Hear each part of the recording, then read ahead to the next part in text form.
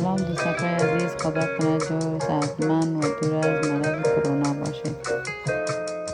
دوستان عزیز، امروز میخوام یک صبحانه بسیار آسان و خوشمزه تیار کنم. مواد لازم: آرد، شیر خشک، نمک، روغن، بیکینگ پودر. حال تمام مواد خود مکس میکنیم. یک گلاس آرد، یک قاشق شیر خشک، به قدر ضرورت نمک،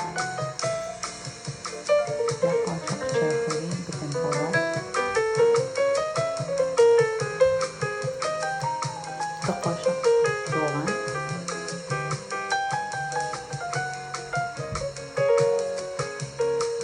یک گلاس آب.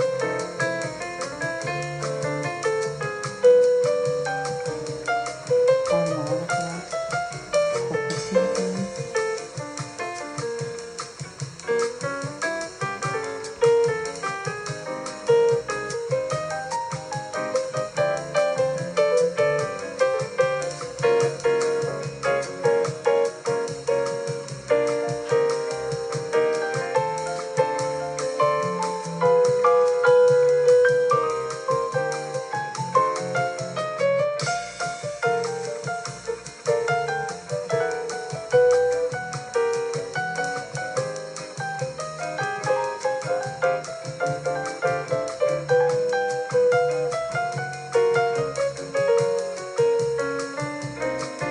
آن مواد ما کاملا مکس شد و میمانیم بر 15 دقیقه تا دم بگیرم.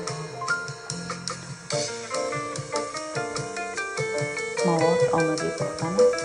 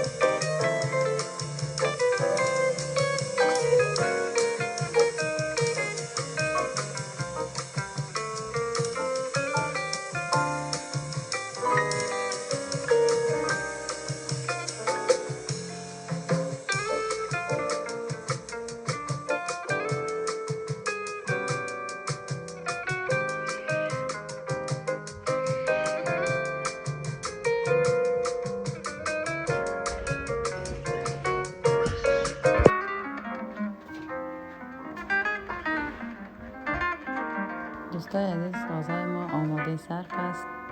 در آخر یک تشکری از دوستایی که چینل ما رو سابسکرایب کرده و یک تشکری از دوستایی که ویدیوهای ما رو تماشا میکنند، لایک میکنند، شیر میکنند همراه دوستای خود، و یک تشکری از کامنت های زیبایتان. خدا حافظ تا ویدیوی بعد. در امان خداوند باشید.